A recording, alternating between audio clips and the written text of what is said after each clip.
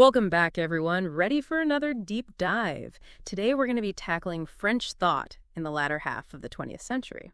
It's a fascinating period, really, Mm. full of really big thinkers who had a huge impact, even today. Absolutely. And we're lucky to have this amazing academic text as our guide. It really dives deep into the whole intellectual landscape of that era. And, one of the things the text argues is that this period in France may have been the last time we saw a philosophical movement completely change how we approach problems, how we frame them. Wow. So you're saying it's like they handed us a whole new way of thinking, new tools for understanding the world around us. Exactly. And what's remarkable is that we're still using those tools today. Even if we don't even realize it. I mean, think about thinkers like Michel Foucault and Jacques Derrida. Their ideas are everywhere, even if you've never actually read their work. Oh, absolutely. Their influence goes way beyond academia. It's in how we understand power, knowledge, even how we think about gender and identity.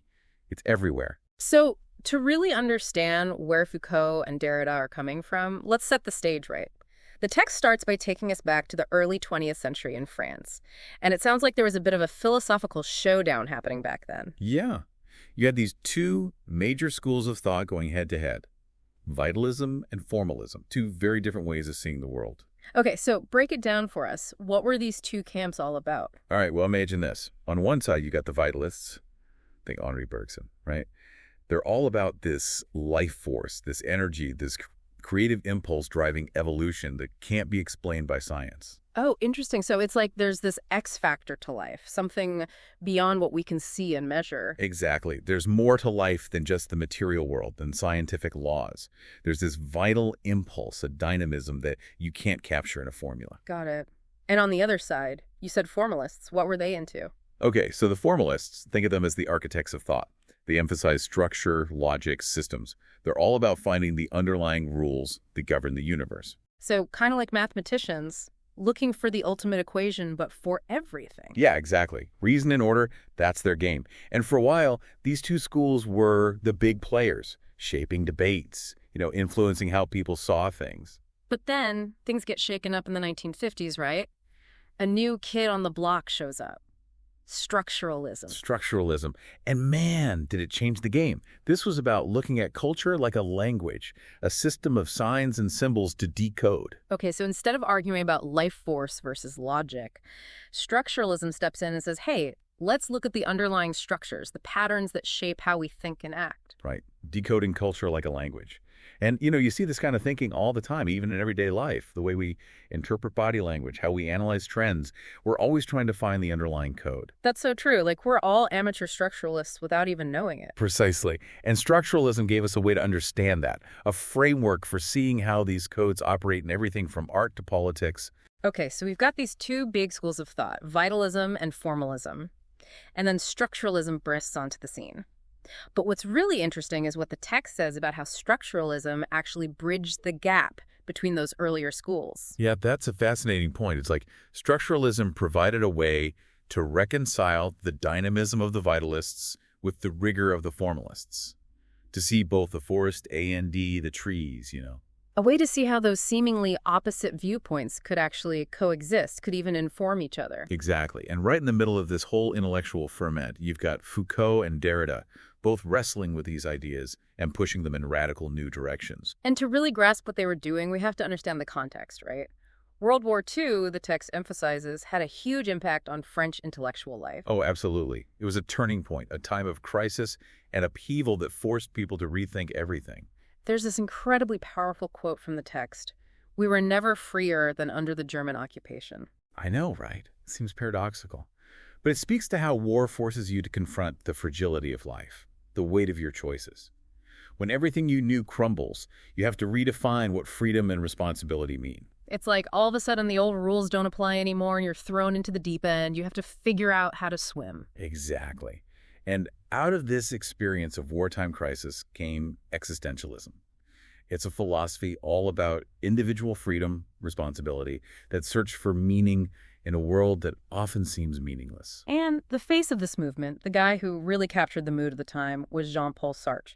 His work was all about freedom, responsibility, and the angst of existence. Although Sartre himself, ironically, he wasn't too keen on that label existentialist. The text mentions how he would joke about how everyone and their uncle was calling themselves an existentialist back then. Huh. I can see how that would get old fast. Yeah.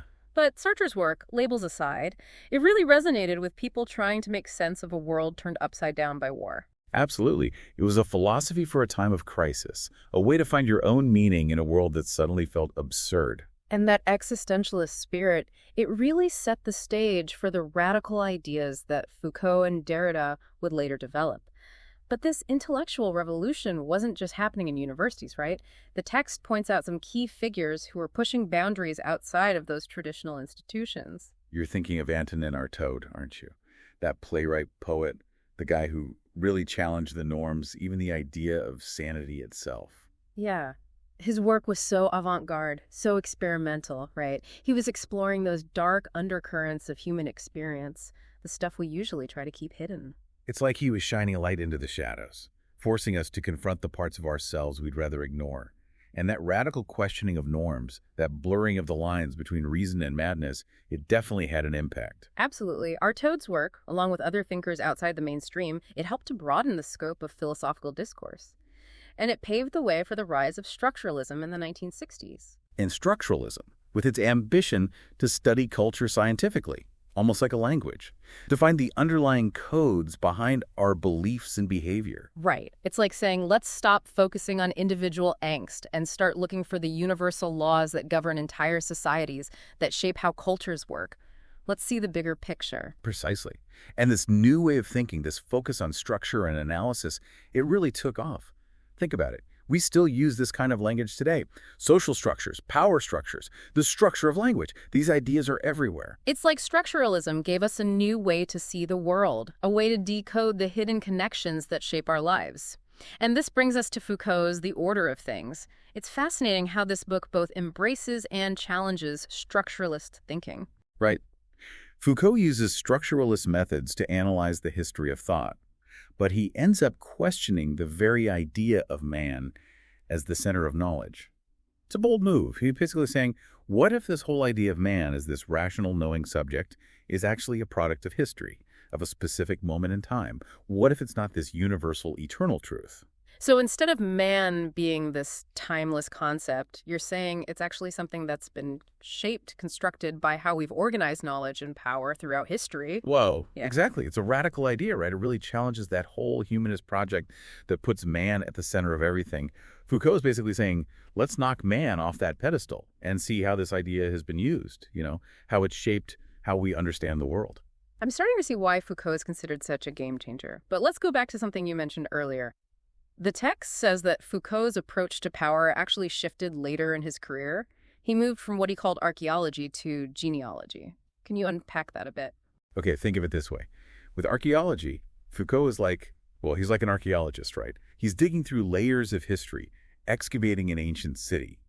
But instead of buildings, he's uncovering ideas, how those systems of knowledge emerged in a particular time. So it's about understanding the historical context, the conditions that gave rise to certain ways of thinking. Yeah, exactly. But with genealogy, Foucault takes a more dynamic approach. He's not just digging for artifacts, he's tracing lineages, like a family tree for ideas. He's looking at how they evolved over time, how they've been shaped by power struggles. So he's not just looking at where ideas came from, but how they've changed, how they've been used. Precisely.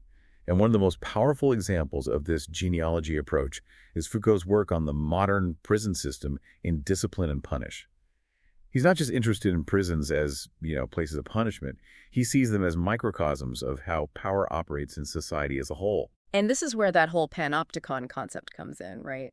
The idea of constant surveillance, even when you don't know if you're being watched. It's a pretty creepy idea. It is, yeah. The panopticon was this prison design. The guards could see into any cell at any time, but the prisoners never knew if they were actually being observed. And Foucault's point is that this constant potential for surveillance, it leads to self-discipline. You start policing your own behavior, even when no one's watching. It's like the watchful eye is always there in the back of your mind. So you're saying this isn't just about prisons. This panopticon idea, it applies to our whole society. Think about it. We've got surveillance cameras everywhere these days. Our online activity is tracked. Our social media is scrutinized. It's like we're all living in a digital panopticon. Whoa, that is kind of freaky when you think about it that way. So Foucault is saying that power isn't just about brute force or, someone telling you what to do. It's about these subtle, almost invisible ways that we're being monitored, influenced, shaped to conform. Right. And it's all tied up with this idea that knowledge and power are inseparable. Foucault argues that knowledge isn't neutral, objective. It's always produced within a power dynamic. The way we define the world, the truths we accept, it's all influenced by who has the power to shape those definitions. So you're saying that even something like science, which we usually think of as objective, is actually influenced by power structures. Foucault would say absolutely. Who gets to be a scientist, what questions get asked, how research is funded, it's all influenced by power.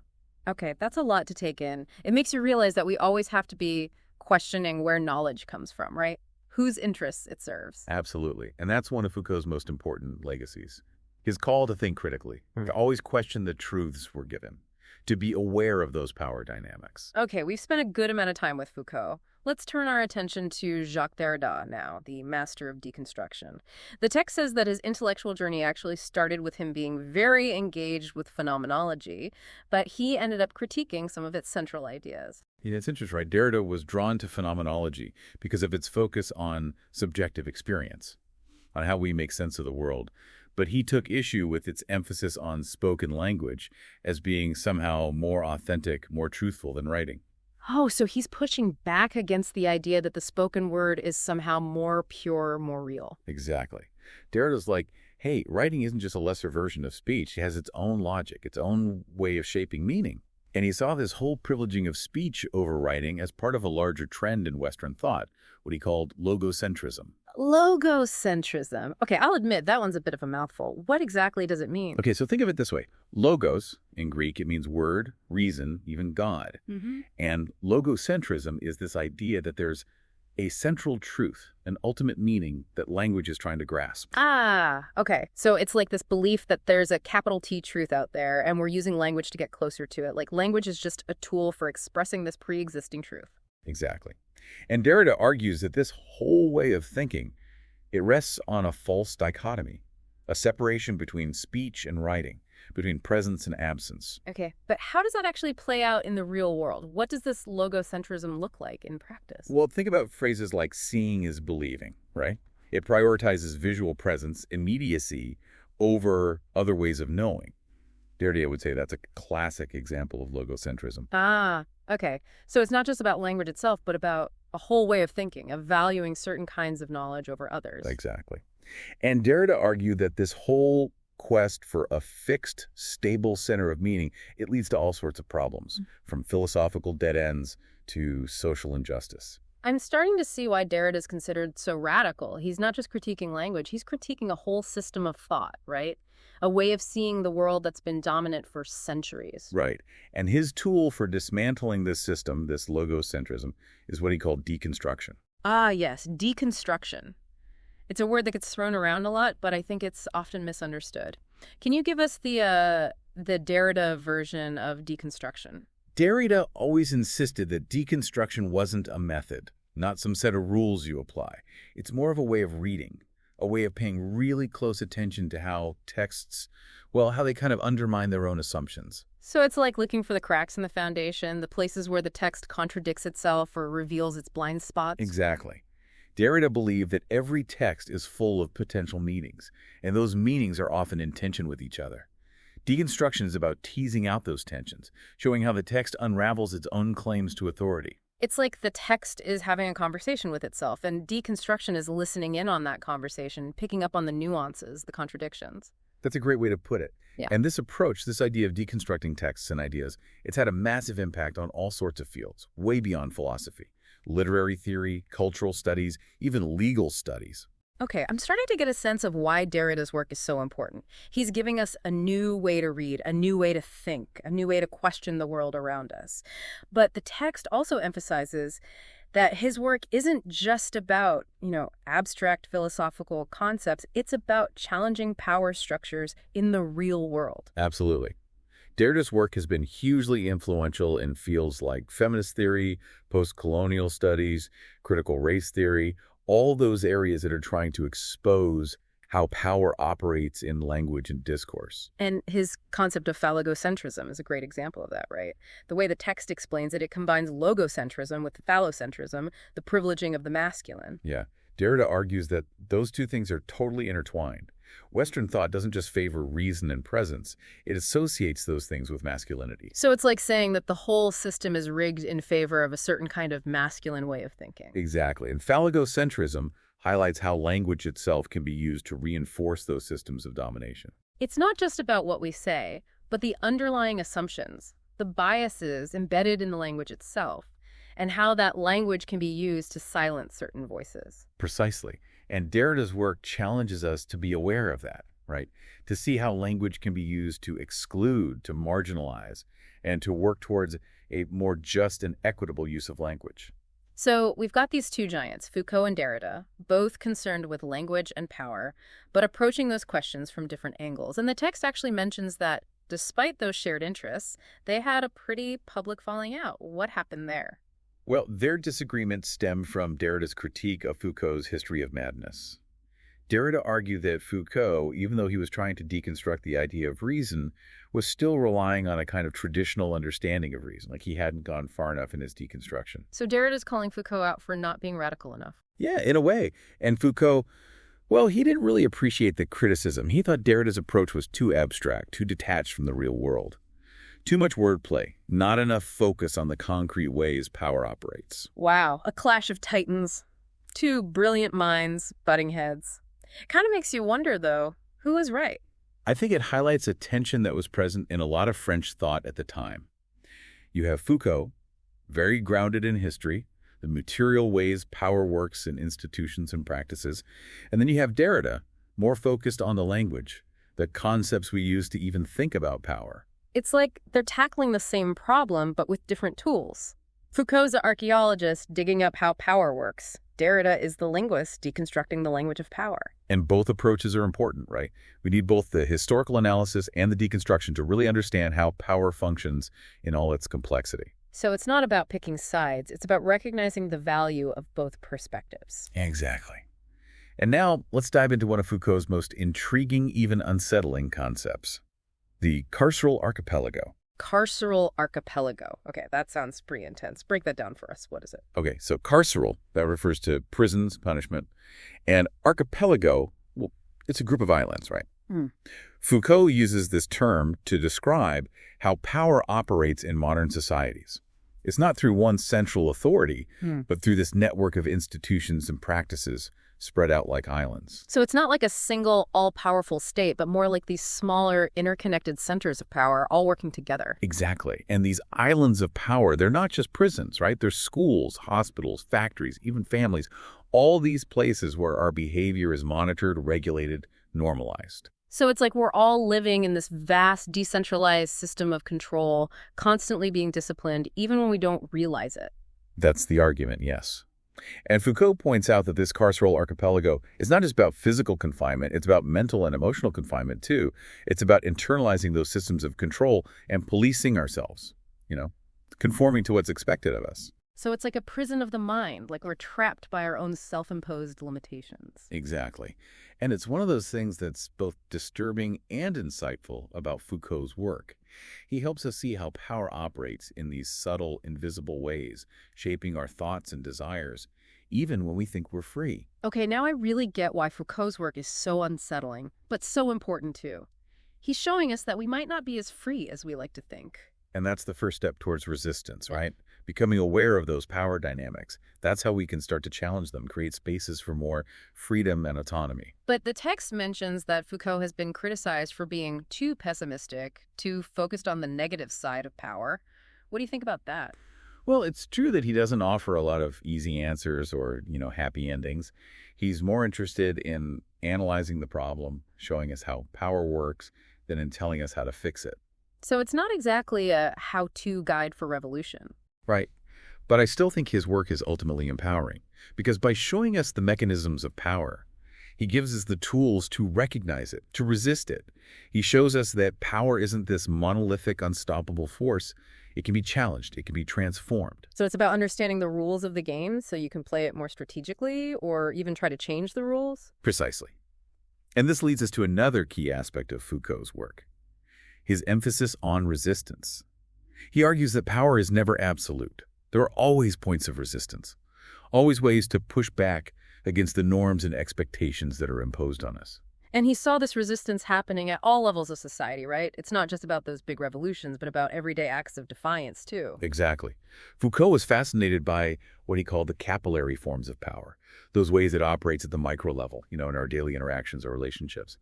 And he thought resistance could also work that way, through small acts of transgression, creating alternative spaces, refusing to just conform. So it's not about storming the Bastille. It's about finding ways to create little cracks in the system, to carve out spaces of freedom within that carceral archipelago. Precisely. And that's one of Foucault's most important legacies. That understanding that resistance is always possible, even against overwhelming power. It's about finding those cracks, those moments of rupture, and using them to create new possibilities. Okay, we've done a deep dive into Foucault. Let's circle back to Derrida and deconstruction again. The text points out that this concept is often misinterpreted, as if it's all about just tearing things down, dismantling structures without offering anything in their place. Do you think that's fair? Well, it's true that Derrida's work can be challenging, even unsettling. He's not afraid to question our most fundamental beliefs, to expose the contradictions in our ways of thinking. But I don't think deconstruction is just about being negative or destructive. So it's not just tearing things down for the sake of it. There's more to it. Absolutely. Deconstruction is also about opening up new possibilities, creating space for new ways of thinking and being. It's about recognizing the limits of our existing categories and finding ways to understand the world that are more inclusive, more just, more responsive to the complexities of human experience. So it's also about building something new, even if it's not a traditional kind of structure. Right.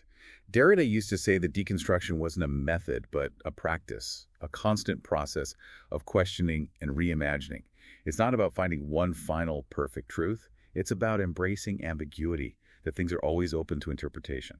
Okay, so it's about being comfortable with not having all the answers, with the idea that reality is complex, messy, and always evolving. Exactly. And that's a really valuable lesson, especially in a world that's becoming more and more polarized, People clinging to rigid ideologies and simple answers. Derrida's call for deconstruction, for embracing ambiguity and multiplicity, it's more important now than ever. Like he's saying, let's stop pretending we have it all figured out. Let's be open to different perspectives, different truths that we haven't even imagined yet. Exactly. That openness, that willingness to question our own assumptions, it's key to creating a more just, compassionate world. Now, the text also mentions that Derrida was very concerned with the ethical side of deconstruction. Can you talk about that a little? Yeah, he believed it wasn't just an intellectual thing. Deconstruction was an ethical practice.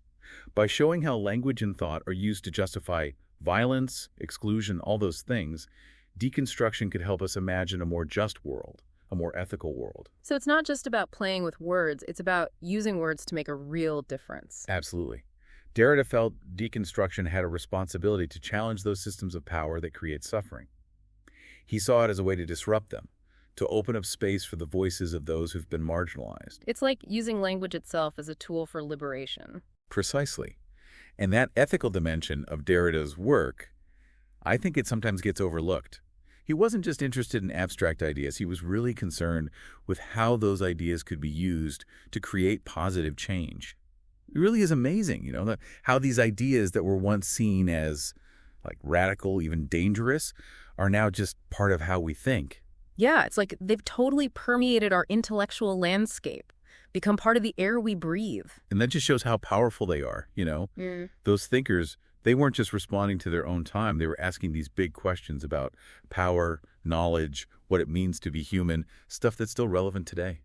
It's funny, we started this deep dive talking about how French thought from this period was like a toolkit for thinking. But now I'm thinking it's more like a lens, a way of seeing the world differently. That's a great way to put it. Foucault, Derrida, they weren't just giving us new answers. They were giving us new questions, new ways to think about the problems. Exactly. Like with that whole carceral archipelago idea. Yeah. Once you see it, you can't unsee it. you start seeing it everywhere. It's like you suddenly got X-ray vision for power structures, how they work in everyday life. It's powerful stuff. But yeah, it can be a little unsettling too, right? It's like, on the one hand, you feel more aware, more empowered, but on the other, you can start to feel a little paranoid, like you're always being watched, judged. Totally. It's like that scene in The Matrix, right? Yeah. When Neo takes the red pill and sees the world for what it really is. Mind-blowing, but it comes with a cost. Once you see the truth, you can't go back. Exactly. And that's the challenge Foucault and Derrida leave us with. What do we do with this new awareness? How do we use it to actually create a more just world? Right. It's not enough to just deconstruct those systems of power, right? We have to build something new, too, and that's where it gets really interesting. Absolutely. And it's not about finding some perfect blueprint for utopia, right? It's an ongoing process, experimenting, trying things out, messing up, learning from our mistakes, embracing that it's all a bit messy, you know? It's like we're all artists working on this giant collaborative masterpiece, and the canvas is the world. I love that. And it reminds us, too, that it's never finished, this work. It's constantly evolving, changing, always questioning, always pushing back. And it's not just about those big revolutions either. It's the small things, too, right? The everyday ways we can resist those expectations, the norms, the things that are imposed on us. The language we use, the choices we make, the people we choose to be around, those are all places where we can resist. Ways to push back against those forces trying to control us. It's about finding those cracks, those little opportunities, and using them to create something new, something better. And ultimately, I think that's what Foucault and Derrida are both trying to do. Yeah. To empower us, to think for ourselves, to challenge the way things are, to work towards a more just world. That's their legacy. And it's a powerful one. Well, this has been an incredible deep dive. Thank you so much for guiding us through this. It's been a real journey. My pleasure. I always enjoy talking about this stuff. And to our listeners, we hope this deep dive has given you some new ideas to think about, maybe some new questions to ask, and hopefully a little inspiration to keep exploring, keep questioning, keep digging deep. Until next time.